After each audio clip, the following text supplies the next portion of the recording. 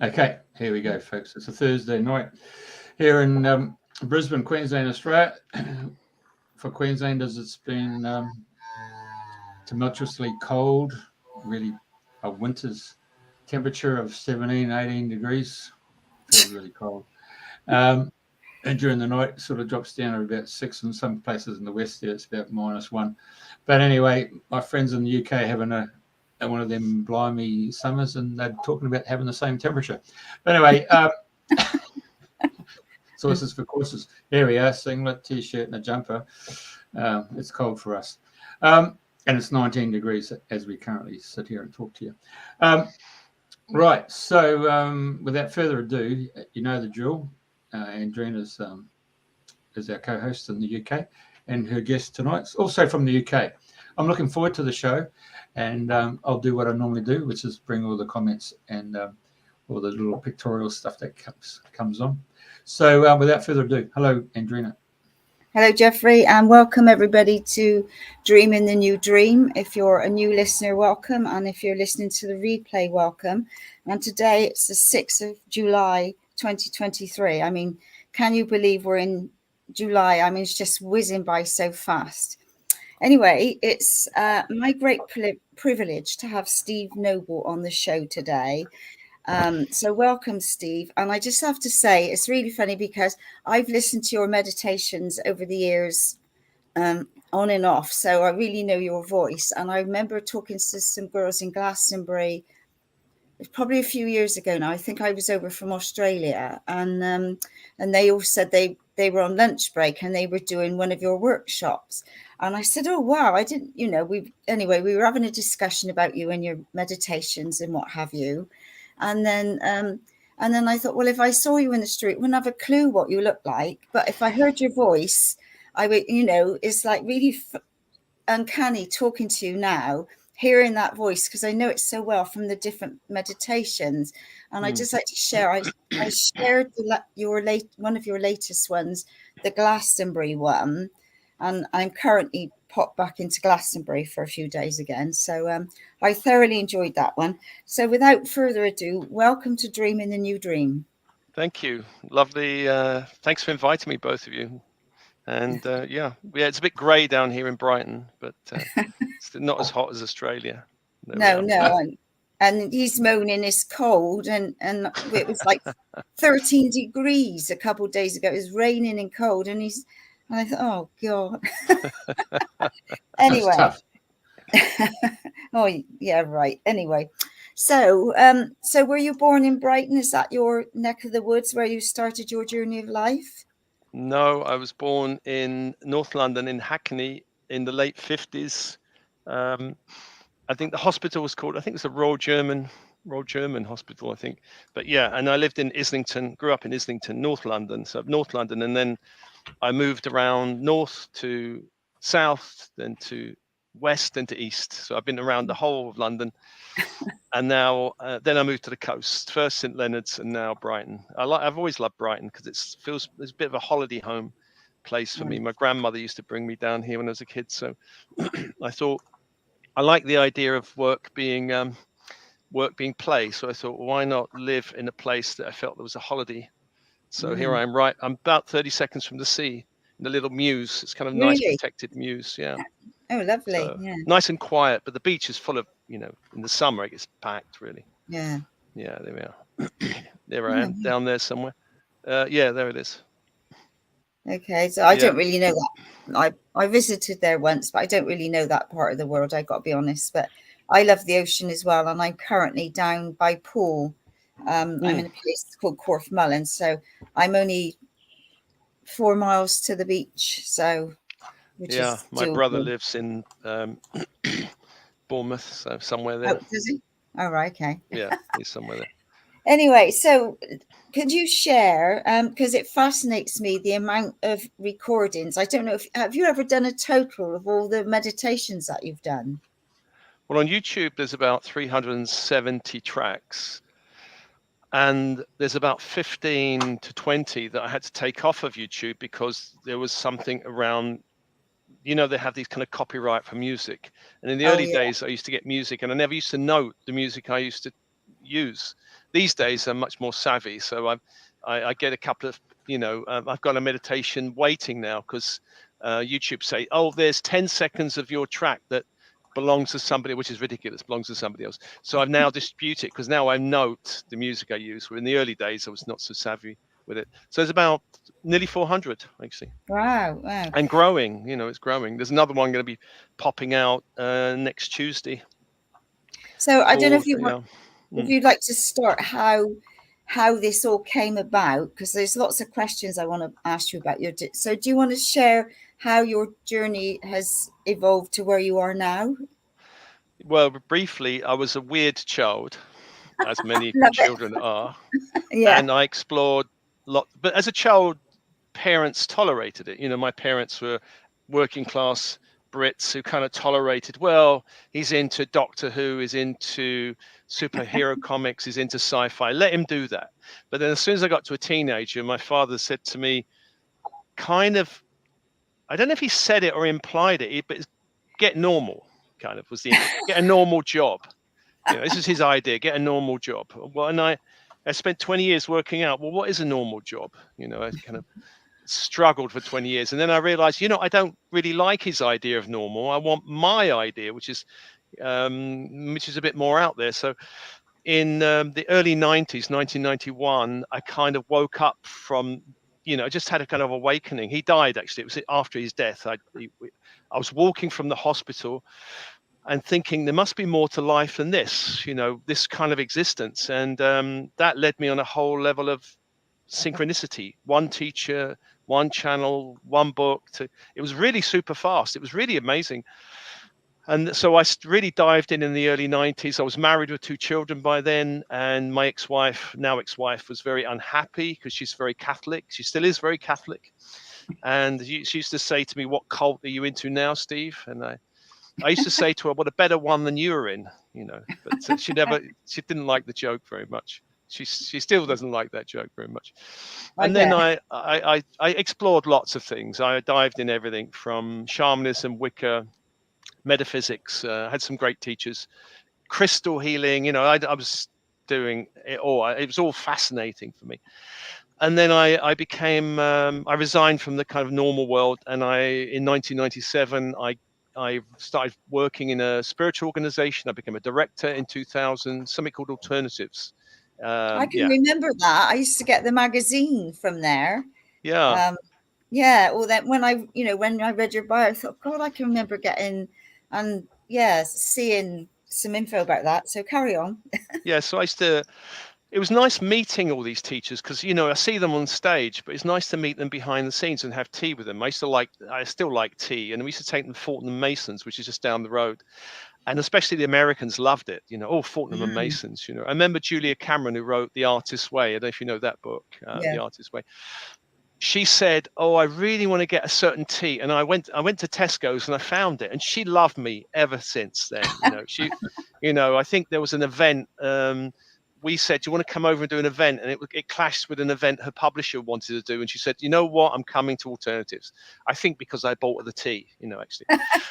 And a lot of these, Caroline Mice or Miss, she said, oh, she thought I was very cute. It's all very nice to meet these people, and behind the scenes and just see how are they behind the scenes and on stage? Are they the same? I was kind of curious, and mostly they were. 1 or 2 maybe weren't. And then I was kind of curious, how are they, particularly with areas around money? Because, a lot, especially from America, they're coming over. How are they with money? Because some of them are really red hot with money. We won't show up until you pay us $50,000, and that's, so we're like, right, okay, this is the kind of person you are. And of course, it's nothing wrong with having clear boundaries about money, but is the main focus money, or is the main focus service? And so I stayed there for 13 years, and then I left. And I left on the winter solstice 2012, and being very dramatic, had to be a dramatic moment. And then and then this started kicking up. I started doing transmissions. I went to Greece, and the first one I ever did was in Greece, and it was almost like this pressure on my head. I was sitting in a little Greek chapel by the ocean, big enough for about 6 people, one of those tiny little places. And I felt this pressure on my head. I'm like, what's that? And then it took me about 3 or 4 days to unravel it. Like someone's trying to connect with me. And then, well, what is it? And then it was very slow in those days. What do you want to say? What is it about? And then the first transmission went out, which was I think it was the Earth Star Goddess. And I had very big reservations about it, because I said to Spirit, I don't have a womb, so I shouldn't be doing this kind of thing. You shouldn't have a woman to do that. No, get on with it was the answer. So that was the beginning. That was about 2013, 14, I think. And then I started this work in 2016, and I really jumped in. Spirit said, teach about star seeds and ascension. And I was like, I don't really know about it. I was more interested in practical, how does spirituality practically shift our lives? I wasn't really interested in the whole thing of star seeds. So I thought, all right, I'll do it. And I was kind of winging it in the early days, I thought, but people loved it. They were flocking in. So the organizer of the first workshop said, these people love it. You got to do more. And I'm like, really? Oh, all right then. So it just, one thing led to another, really. And here I am 7 years later, and 400 tracks and there's more coming. There's another one going to go out next Tuesday, I think, on Archangel Raphael. There's all kind. It's never ends, really. So I'm never going to. I get a pension this year from the government, but I can't see myself ever retiring. Really. No. But at least I'm getting something back from the government, which is nice. Well, yeah. You got grateful for all blessings, eh? Pocket money, I call it. Yes. Well, my grandchildren will soon be having that. They'll be grabbing that. Yeah. So, yeah. Right. So, how do you just suddenly get the message, right, we're ready to give you the next transmission, and you make a time, and then you sit there? Because it fascinates me, all the pictures and your graphics and the music. I mean, there's so much to your different recordings. So do you suddenly get somebody say, right, come on, this is like the Glastonbury one, for example. I mean, put a lovely picture up of the tour. And so I shared that, and I put it on different places that would appreciate it in around Glastonbury that may not see it. So so how does all that come about? And it's like, I know you said you've got one for next week, and then you might got. So are they saying, right, do you have control in saying, right, I'm going to do this one this date and this one? So how does that side of it work? Well, in the beginning, it was always, I'm waiting for the next thing. I'm just waiting. And they were coming pretty regularly in the bath, running, in the shower, often when I was doing stuff, they would come, or in my own morning meditations. And then I kind of started speaking back and asking, what about this and what about that? And I got a sense of, yes, you can do that, or no. No would be no response, and yes would be, here it is, so it'd be like that. So nowadays it's more a kind of backwards and forwards. So, for example, I did a workshop in Emerson College, which is out in the middle of the countryside in England, 28 acres, beehives and everything. And while I was there, I got another one just downloaded. Boom.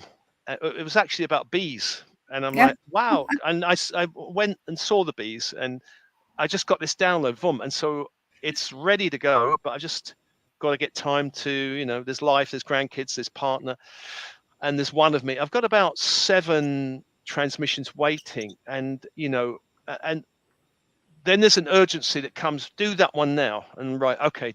So and the other thing about it is they were quite higgledy-piggledy, meaning one would be a Greek goddess, one would be something on a chakra, one would be an angel. And I'm like, well, there's no order to any of these. But now, after 7 years, I see the dots are connecting. So I've created all these playlists of, angels, chakras, psychic protection, Glastonbury, inner child. They're aggregating. But in the early days, they made no sense. Well, why are we jumping around? And I was just told, just do it, and I'm like, okay, well, I'm not going to question, or just do it. So, but now after 7 years, it's starting to form. It's a bit like crop circle. If you're 300 feet above it, you can start to see it, but you're in it, you can't see what the hell's going on. So it's almost like it's not planned by my conscious mind. It's some other intelligence that's kind of putting it together in a way that I'm going, it doesn't really make sense how this is happening, but now it's starting to slowly make sense, really. the picture is building. It's almost like a vast collection of material that's meant to address any challenge that people have or any desire that they have to move forward on the spiritual path. So, you know, clear the challenges, move forward, open your vibration, shift up. So there's a lot of stuff which are very practical, like dealing with anger or dealing with fear. They're kind of very practical issues that most of us deal with, or fear of expressing yourself. So there's very, very core issues that people face. And then there are ones like connecting with Archangel Gabriel or connecting with Pleiadian archangels, that kind of thing. So it's there's a whole range. So there's something probably for everyone, I imagine, you know.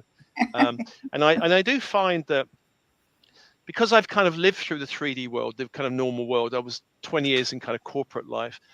I had some guy who came to my workshop recently, or our workshop, me and my partner, and he was quite skeptical. I wasn't sure why he was there. You know, he spent all of his life in the corporate world. But then at the end of it, we had this little sharing circle, and he said, I'm a convert now. Because basically you know, I know there are people who talk in very kind of 12th dimensional terms, like you're like, what are they talking about? But the human experience, there's a lot of things we all share and we all want to move through and we all want tools to deal with.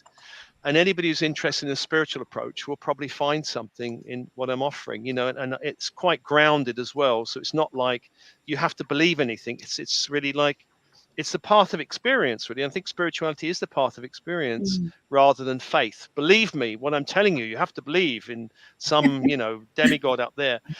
I'm saying, here's a set of something, try it out. And, you know, I read all the comments on my YouTube channel, and by and large, they're like quite, you know, they're being transformed. People are being transformed, which is great for me to know. Oh, they're working. It's working for people. So that's good. And there's my my own social media channel for Starseeds, because I've got fed up with Facebook and Big Brother, you know, fact checkers, you know, who are these fact checkers and censors? So I set up my own one. There's about 13,000 members on it. So, and, you know, it seems to be growing. So, yeah, if anybody's interested in joining that, it's a bit like a Facebook. And then when you join, you get access to a whole library of material on my website. Yeah. Fabulous. Yeah. So what's the most that you've had to do? Because I think a little while back, I thought, gosh, he must have put 3 up or 4 in one day. I don't know if I dreamt it, but it just seemed to be one after the other. And I think they were in one day. So what's the most you've put up in a day? Well, I might put a couple up in a day. I usually kind of I don't think I put more than 2 up in a day, but in a week I might put 3 or 4. I'm remastering a lot of the older ones because I've always been told, make it professional. You know, really early on when I was doing this stuff, the earliest there's none of my really early videos left because I've remastered them all. But the kind of visuals were pretty, you know, amateur-like, and also had to get better with the audio editing. So audio and video and all of that, the whole thing, like imagery.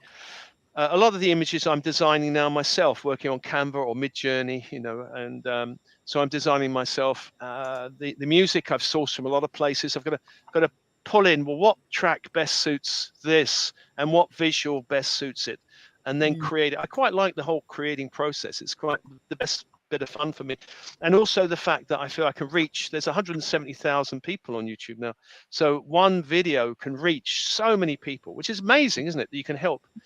You know, even if like 20,000 people hear that one, it's an amazing thing to reach 20,000 people and help shift something in their lives, which is what really keeps me going. Amazing. So, because I know there's a lot of talk about going from 3D to 5D now. So, you know, like for me, or my understanding or way of thinking, it's like we're letting go of all the negative stuff and all of the control issues, and we're all finding our own way, coming together on a much higher vibration. So what are your thoughts on, you know, us going from 3D to 5D? Well, to me, 3D is the world we read in the newspapers. It's the world you hear on most regular news channels. if you read it, it's all about the problems, the war, the suffering, or there's also a lot of blame and judgment, which is kind of the very 3D world. It's very competitive. It's very, the structure of it would probably be pyramidical. You know, there's people trying to climb the pyramid, get to the top. And at the top of the pyramid in 3D is the super wealthy. And most people hear about the super wealthy or super powerful, but they've got no idea of actually how much wealth they've got.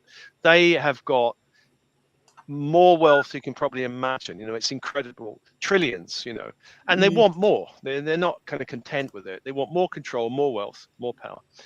So it's this pyramidical structure, but it's breaking down now. And it's been breaking down for a number of years, probably since World War II. After World War II, a number of star seeds came in, which is kind of more higher vibrational souls. And from, you know, people like David Bowie came in the 40s, John Lennon, these kind of types came in. And of course, they went into the music industry because they could be accepted in their weirdness in the music industry.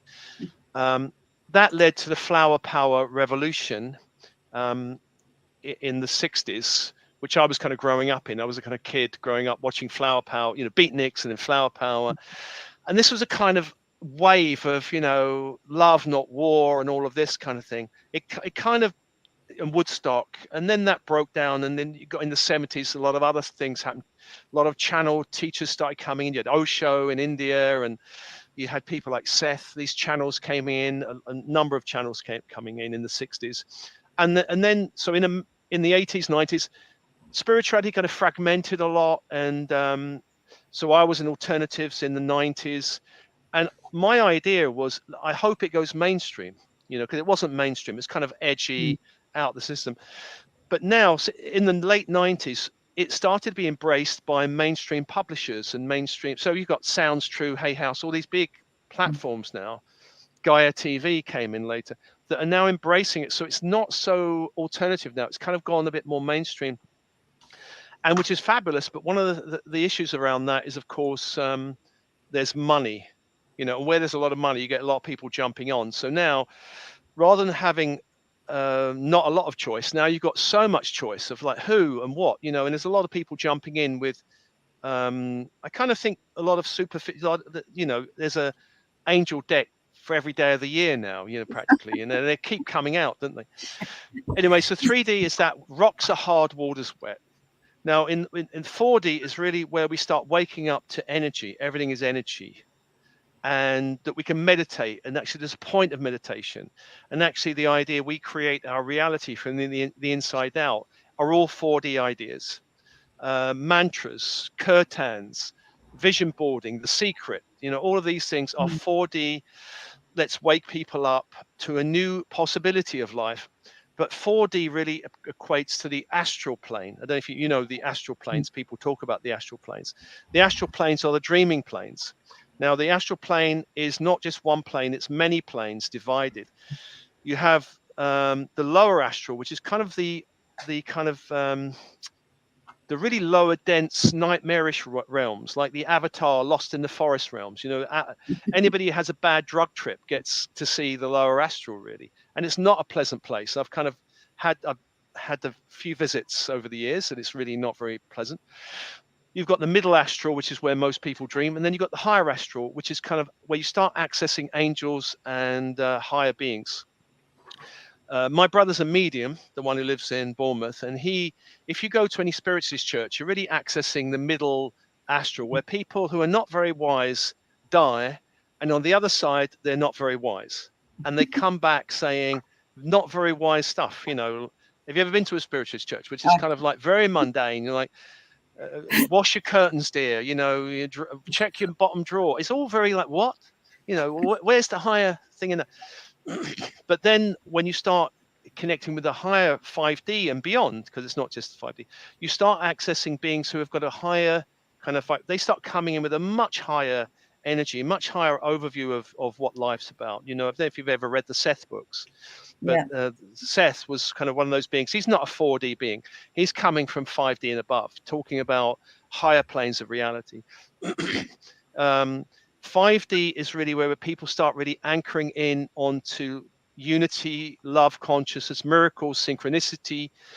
and they become consistent. Whereas in 4D, it's very up and down. You go to a workshop, you feel great. Hey, I feel amazing. I'm creating something beautiful. And then you talk to your mother-in-law, and then you crash, or your boss in the 3D corporation, you crash. So 4D is this kind of up and down. It's kind of normal. But after a while, you start anchoring into 5D, which means your energy is not pulled down anymore by the depressive colleagues or your, angry father-in-law or whatever. You can start anchoring there, and they don't pull you down. So what happens then is, once you start entering there, you start pulling people up. That's your role. So now that I've kind of anchoring a little bit, it's not like I'm never have a bad day, but I'm kind of getting a bit there, so I can reach out and start touching people. If I'm in 4D up and down, I'm like, oh, I'm having a bad hair day, I can't do it today. You can't do that when you're doing this job. So now, after about 30 years of spiritual work, intense spiritual work, like I'm talking every day, every weekend, it's like nonstop. Finally, I'm kind of starting to anchor in the lower edges of 5D, and at the higher edges, you're talking about the kind of avatar people who come here. Like, they can do real miracles. I mean, I've seen a lot of miracles in my life, and I experience a lot, but I'm not yet to walk on water. I don't think I'll do that in this lifetime, but my grandkids would be very impressed if I do. They're very impressed with my YouTube channel. I think that's good enough. Yeah, they go, Granddad, you're famous. You've got a blue tick on Instagram. They were really impressed with that. I love it. And actually, my grandkids, their primary school, the caretaker was into my videos. And in their secondary school, the top two, the eldest two are in secondary school. Their art teacher listens to so they've got this street cred now. Hey, our art teacher listens to you, Granddad. I don't know how they found out, but somehow. So it's really nice that my grandkids are like, Granddad, you're cool. Our art teacher loves you, That's definitely street cred, isn't it? Street cred with my grandkids, yeah. There we are. And they're all into crystals. They all love. And I've got loads of crystals, but they come here and they go, oh, Granddad, I like that crystal. That's fabulous. And but fortunately, my new acquisitions, which are I've got some of these orgonite ones. Here's one here. They're too heavy for them, so here's one of my new ones. But it's too heavy. Wow. So they can't steal them. Yeah. So what's on the bottom there? Look like the old telephone dial. Yeah, this is like orgonite. So they put all this kind of copper wiring and stuff in there, and then crystals, and it's kind of the latest thing for EMF. This was a kind of Egyptian one with the ankh. You see, there's the ankh, and I've got other ones around. Oh goodness, it's quite heavy now. Let's see if I can put it back safely. There we are. So basically, they can't steal them, although they'd like to. Yeah, what ages are they? 13, nearly 14, and then the next one's 12, and then the lower two are 4 and 2, and they are so cute. They're all very cute. They love each other. It's like a big tribe. Big tribal gathering. So are they quite aware? Do they see and sense things, and that you're able to help them and guide them, or are they not really at the moment? I kind of did guide them. I was getting them to talk to trees and stuff when they were younger, but now they're kind of at an age where, oh, Granddad, we don't know about all that stuff. Talking to trees. Really, we can't tell our friends that kind of stuff. So I remember when Eva, the eldest one, was 5, I was talking to trees. She said, Granddad, is this for real? Which I thought was very cute for a 5-year-old to say to me. And I said, of course, what did they teach you in school? They went, not to talk to trees, Granddad. So I'm like, you need to go to a new school. Yeah, definitely. Yeah. Hogwarts. So I think when they're a bit older, I'm taking them to their first music festival in about 3-4 weeks, and that'll be a new experience for the older two. Music and alternative workshops. Now they're getting to the age I want to introduce them to. It's still going to be cool for them, I think, because it's music, so they probably will like that. So you have to be careful. It's a kind of fine line with kids, because their parents are my daughter and son are a bit 3D, so I don't want to freak them out too much. So, totally. Yeah, I know what you mean there. What was I going to say? Yeah, the graphics that you do are just amazing. So did you start off with a bit of background in doing the graphic work, or it's just evolved over the time? Well, my partner did a degree in brand art direction and brand something or other. She Well, that's tell me, I very keep handy forgetting. then. Yeah, that's handy. So she helped me get this up. So I've got a designer who designed all this. So she's the one with the sharp eye looking at all the stuff, and or she'll say, no, that's not good enough. You got to sharpen that up. But mostly I do it myself. I Midjourney, which is an AI platform, which I find is okay. You know, people are worried about AI, but I find that platform is all right. I use Canva a lot, so I kind of craft a lot of the images. And the music I source, I kind of like listening to great music. And if I find someone, I ask them for permission, or there are artists who are willing to kind of, so I've got a whole range of stuff. So imagery, music, and so these three things, having a clear focus for the meditation or transmission, imagery and music, all creates an amazing experience for people. So I was told early on, make it professional. So I've been ongoingly trying to sharpen it up, make it professional. So yeah, and my partner Liz helps. She's pretty good with that. She's very good at giving me feedback, let's say, on a daily basis. Right. Oh, what was I going to say then? So out of all the YouTube videos that you've done so far, is there one that's had the greatest amount of impact on people? Yeah, I think the one that's probably had, well, I've remastered it 3 or 4 times, and it's probably had, if I add all of those up, probably had about 1.5 million plays actually, and it's called Ultraviolet Angelic Fire Transmission. Right. That one, I think the current one's had about 500,000 plays, but that's been remastered twice. So I'm remastering it again actually, because the graphics are still needing to be, brought up to speed. So yeah, it's had about 1.5 million plays, so it's quite good. Wow. Good reach, that one. Yeah. So you haven't gone in, because I was listening to a meditation the other day, and then all of a sudden an ad come in, and it's like brought you back to, and I was thinking, oh my God, fancy having an ad in the middle of a meditation. So There was an ad that came in. Yeah. So not yours, somebody else. Oh, okay. So yeah, so it's nice because all of the meditations are ad free. I don't allow any ads in any of the meditations. Yeah, no, that's what I was going to say, and that makes a big difference, I think, because these ads now are too many. Yeah. Well, I didn't monetize my channel for a long time, but then YouTube sent me an email saying, if you don't, we will. And I'm like, oh. So I had to go around and find someone like, what does it mean? Do I have to monetize all of them? But then I found somebody new, and she said, no, you can go in and you can choose unclick. So there's most of them, all of the meditations and transmissions, no ads. The affirmations one have one at the beginning, but affirmations are highlight decree, but all the rest are ad free. So yeah, I don't want to have any ads popping. I mean, you can't have a meditation with an ad popping up in the middle. It spoils the whole thing. This one did, and there were a lot of other people who had written, because I wrote a comment saying, and a lot of other people had written the same, and I was thinking, gosh, I mean, obviously I don't know what sort of they pay for all these adverts, but some of them now is just beyond belief. Well, you'll lose people because people will switch off, and I certainly don't want to lose people. I want to grow the audience, because I've got my silver plaque for 100,000 subscribers. You get a gold one at 1 million. Oh, do you? Yeah, you got a gold one at 1 million. It's quite a big one, but my kids are really excited, because even though they don't really get what I'm doing, I bought them a silver plaque each, because YouTube said you can buy extra ones for friends or whatever, or for colleagues. So I bought them one each, and they're very proud that I've reached, because it's almost like Granddad's got a certificate on the wall of some kind from YouTube, so it must be good. Yeah. I didn't know they did anything like that, but then so I think I'm on about 346 subscribers. Oh, well, you got a way to go.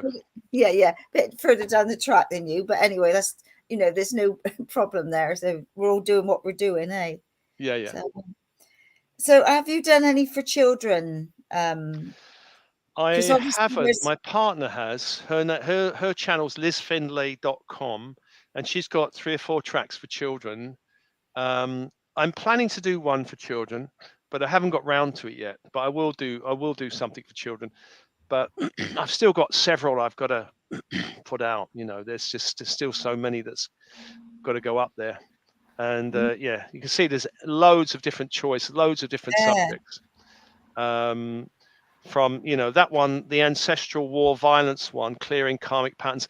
That one came about because both my grandfathers were in World War I, and for years I've struggled with this thing of carrying something for them. I've done loads of family constellation. I even did a couple of ayahuasca trips, to clear it. And I was carrying a lot of when I was a kid, I was making airfix model planes and painting armies. I was trying to work something out because imagine being in the trenches, horrendous things. So I've done a lot of work, and that one is to help people clear out karma, because certainly in England every family's got military stuff, empire, military. England's been a pretty warlike country, so but almost every country will have something in their family line which will need clearing. So that's one of the areas I've done. Ancestral clearing is one thing I've done. But there's like that one there, super quick self-love. So many people have problems. So do you love yourself? And one of the problems with that is about other people's judgments, opinions, and projections that we take on, parents, professors, all of these people. That blocks us because we take their voices in our head. We have to undo those voices. So another one, for example, the Rainbow Tribe meditation, that one, going beyond 3D racial tensions and schisms. That one was really created because of a lot of tension in America. I think there was, do you remember that guy? There was a policeman sat on him and he choked to death. I can't remember that. He think he got sent to prison. There was big rioting afterwards. Someone emailed me saying, "Can I do something?" And I was like, "Oh." So I put that one out because basically the core idea of that one is the ego doesn't have a face. Actually, the ego has many faces. We incarnate in many bodies, many races, not even human. Some of them are other dimensional ones. So there's transforming anger there, which was a lot of people have issues with anger, especially they can't express anger. That can be a big problem. People say, "Well, I don't feel anger." That's because you've suppressed it, and anger is in your field. You need, or if you're attracting a lot of angry people, then you need to do the anger one, because it's about something within you that's attracting it. It may be a fear of anger, or anger is, maybe associated with unsafety, all these kind of things. Being whole-brained, accessing your internal GPS. That one is really, intuition is so important, really, because for a lot of people, just to make decisions on your rational mind in this day and age is not enough, because if you're just making decisions and moving forward or based on logic alone, then you're gonna come unstuck, because you need an intuition these days. I do remember a case of someone who decided he was going to find a marriage partner through logic alone, pros and cons, that kind of idea. So he married, here's three possibles, let's do the pros and cons. And he married someone doing that, got divorced after 2 years. Terrible decision. So don't try that one. These are getting into some of the older ones. The age of Aquarius is here, time to wake up. We're really shifting into, the idea of Pisces to Aquarius, where Pisces is really the age of the guru, the avatar guru. Aquarius is not the age of the guru. We're not here to, and there's another one. The age of the guru is over. The age of Aquarius is here. There are still people putting themselves out as gurus. Really that age is over, and there's still people following gurus. People like me are not gurus. We are here as facilitators. We're here to wake up the master within. We're not here to tell you what to do, really. There's ones about like the Lion Star race of Sirius. There's an angel one, Archangel Christiel. There's goddess one, goddess Inanna. So there's lots of star races, lots of angelic ones, lots of goddessy ones. There's one about spiritual awakening, upgrading the ego. Basically, the spiritual journey is about upgrading the ego. The ego is who we think we are, all the masks we put on. I am the boss. I am the father. I am an extrovert. These are just masks we put on. The journey is around going beyond the masks and upgrading the masks. Awakening the Star Magician, that was one of the earliest ones. That's been remastered a few times. So that one's already at 89,000 plays. You can see that one is an early one. I love the magician. It's one that I feel very connected to. The shaman magician archetype. I've done a lot of shamanic stuff, and so I really love that one. Goddess Isis one there. I've got several Goddess Isis ones. So again, in the early days, I haven't got a womb, but hey, just get on with it. So Goddess Isis, I feel very connected to the Egyptian pantheon and also the Greek pantheon. So there's a lot of Greek and Egyptian, and they are kind of interchangeable because Greece and Egypt had a lot of connections between the two. You know, Alexander was in Egypt, and there was a lot of, even before him, a lot of Greeks used to go to Egypt for wisdom. So here we're getting into the really older ones. So you can see the graphics are a little bit, there's the ultraviolet one. Oh, it's had actually 900,000 plays 5 years ago. The one before that had about 600,000. So it's had, you know, probably over 1.5 million plays, that one. There's a lot of abundance tracks on there because I think abundance is one issue that a lot of spiritual people struggle with. And certainly I struggle with. Money, is money okay? Can I be spiritual and have money? And yes, you can, you know, and what I say to people in this day and age, you know, I can't pay my IT guy in bananas, or I can't pay a graphic designer with a Reiki healing. I have to have money to pay them. So money's just energy. And when people look at money as energy, oh, that's a nice comment. Really, the old schism around money and spirituality is an old one, goes back way back, probably 1,000 years back to, you know, the monastic age, when if you want to be spiritual, you go in a monastery and then you basically get rid of all your gear, put on a grey robe and have nothing. Even in Buddhism it was the same, you know, Buddhism, begging bowl. So in these traditions, money was considered of anti-spiritual. You know, you can't have money, and if you're having money, go in the marketplace, be a trader, or be in the monastery and be spiritual. That old schism is gone now. So we're now in the place of, to be spiritual, you need money to go on these retreats. If you want to go to Bali on some yoga retreat, you need money. If you want a website, you need money. It's no longer anything about taking your begging bowl. But money is just energy. When I worked in banking in the city, I saw, because it was really billions flew through it every day. I felt even then that it's just flows of energy. It's almost like blips in a computer system. It's not, money is kind of unreal, but a lot of people consider it as real and heavy, you know, and that weighs us down. Fear around money, fear around scarcity. You know, my parents had lots of scarcity programming. This is something we're undoing because we need to expand our mindset. Money is not the point of the journey, but you definitely need money to do the journey. Whatever your journey is, you need it.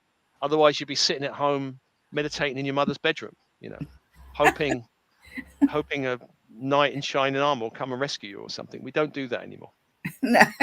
No. You got mother issues there by the sounds of it, brother. Oh well, my mother's gone now. I've healed my mother's, yeah, but I certainly did for a while, for sure. Yeah. Obviously she's at the womb.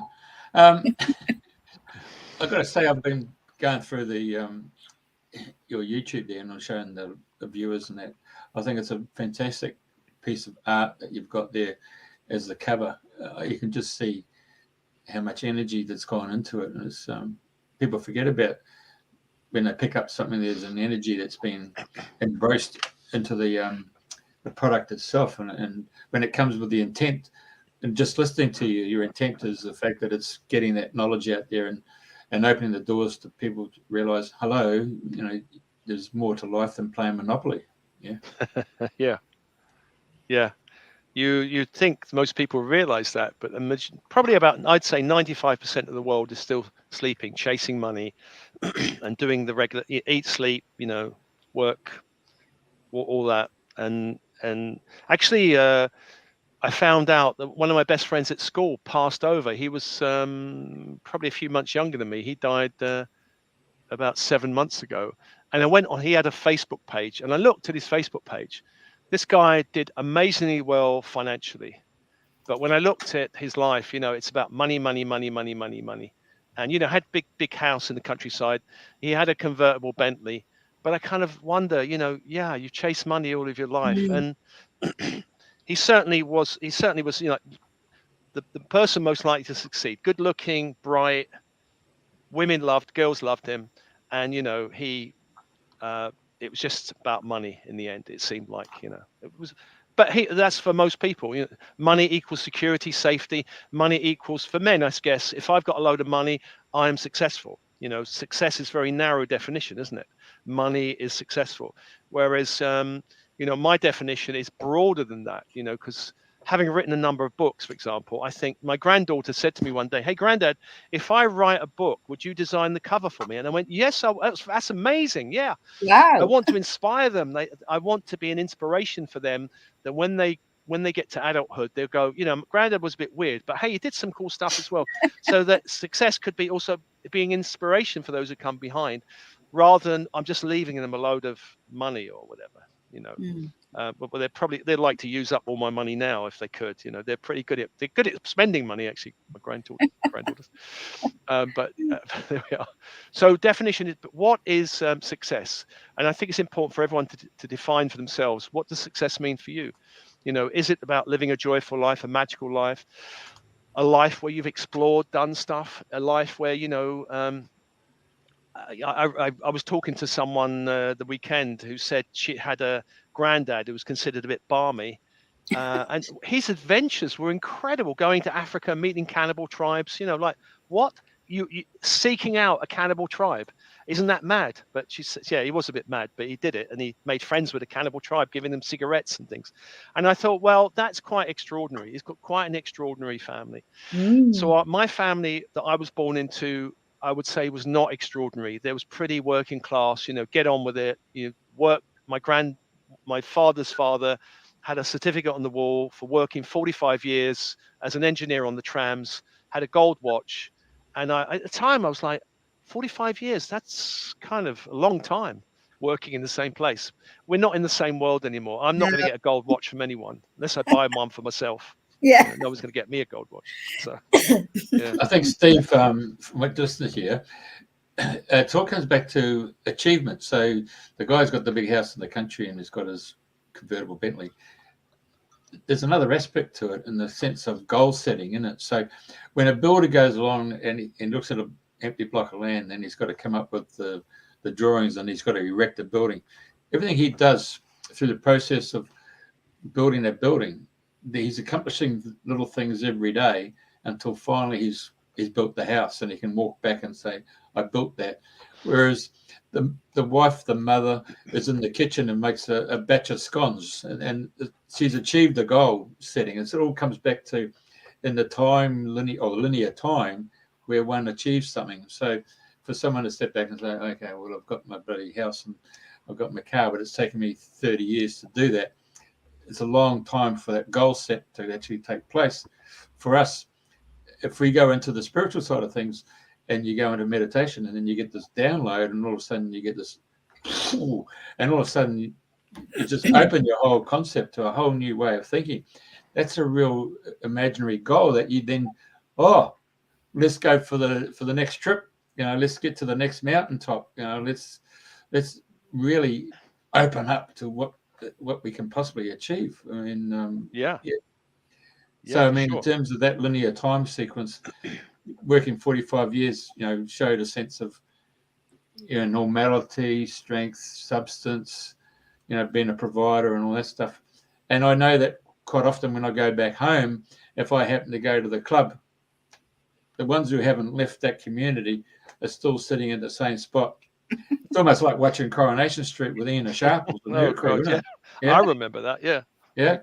So sometimes, when you go back there and you see that solidity and that sort of, okay, well, the same, and then you step back and think, well, what have we really achieved by leaving that community to go and explore, and then what can we bring back to that community? I mean, sometimes those people are just stuck in their ways and they. But anyway, at the same token, if you ask them, for your shirt, they'll give you a shirt off your back. I mean, because it's a different sort of community, isn't it? Yeah. Well, I'm reaching a global community. Where I'm living is very alternative, but I'm not really reaching out to anyone here. I'm not doing talks here. I'm kind of going out globally. I'm not interested in here. But I think the intention of the soul, or the primary purpose of the soul, is growth. And we incarnate to grow, to experience, to complete things, to open new things, to release karmic things, all of this stuff. There's a whole if I'm just chasing money and I'm not open to anything spiritual, I'm not really even touching that level. It's like I'm ticking the box, I've got a house, and then there's a kind of another life which is like, well, come back again and again and again and again until you start raising the bar a bit and opening up a bit.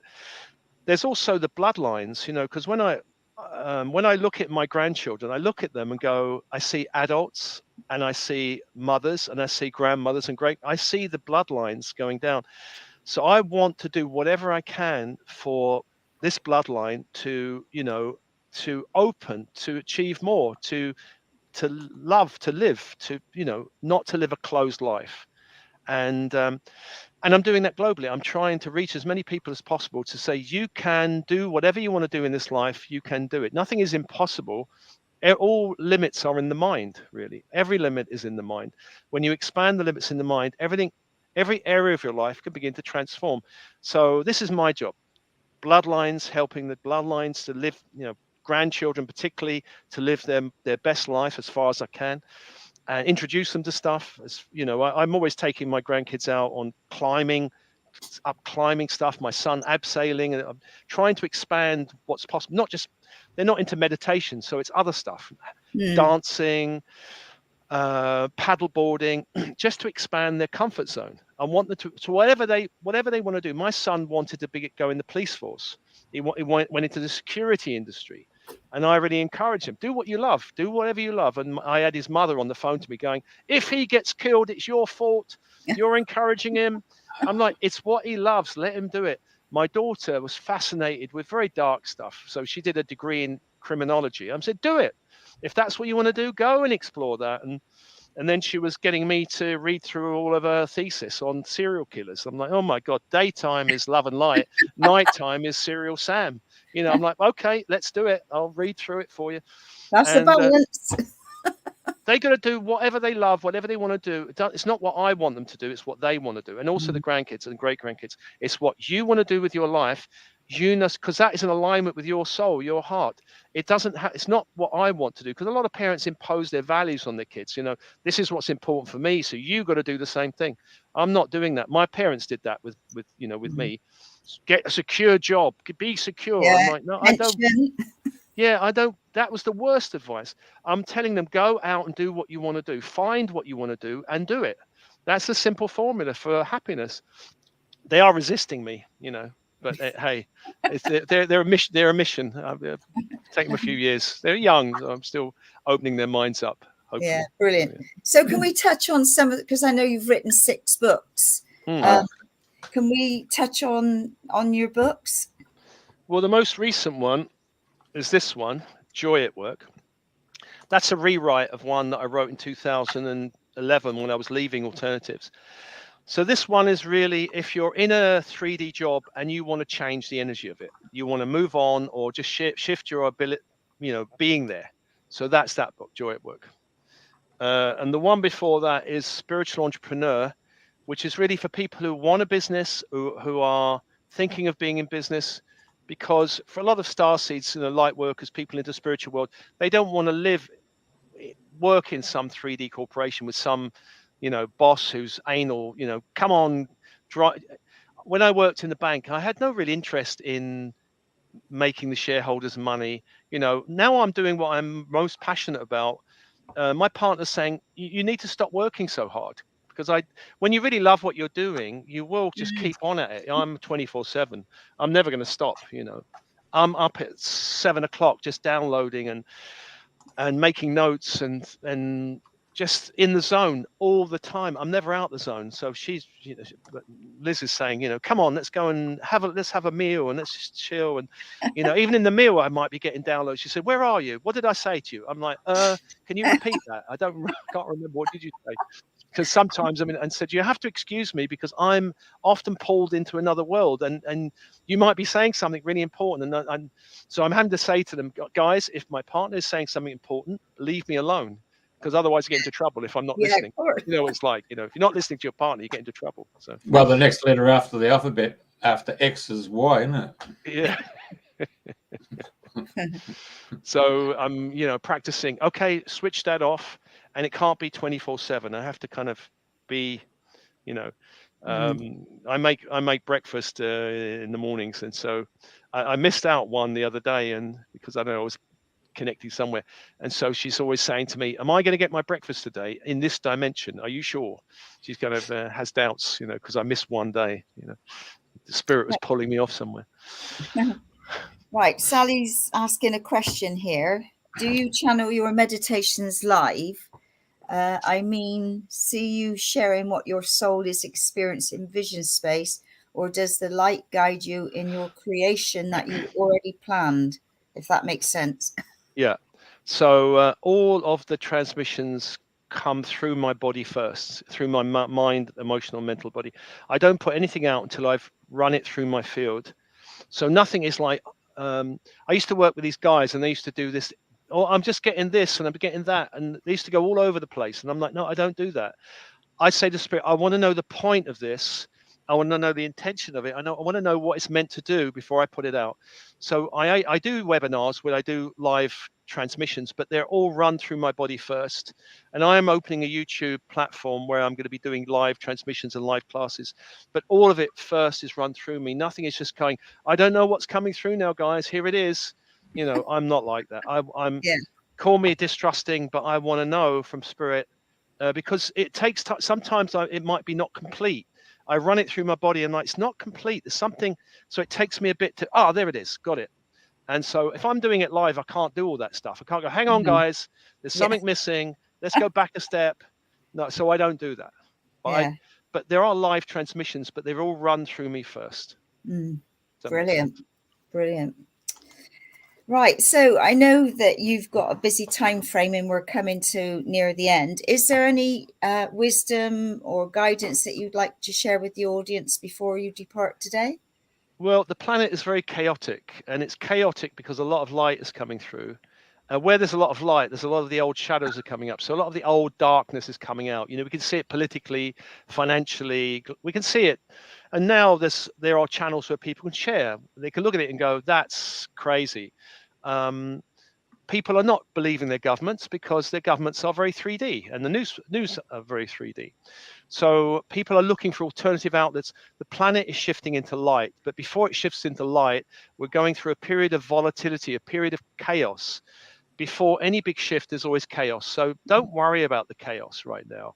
Don't worry about Donald Trump. Will he run again? Or Joe? When you look at Joe Biden, is he real? Don't worry about all that stuff. The planet is going through a lot of weird stuff, and it's going to take another decade or two, maybe 3 before it really settles. So we're here to watch the light come in, anchor it in, and to notice all these shadows coming out, not worry about it too much. Just look at it and go, yeah, that's part of the old world crumbling. The old world is crumbling. Old systems are crumbling.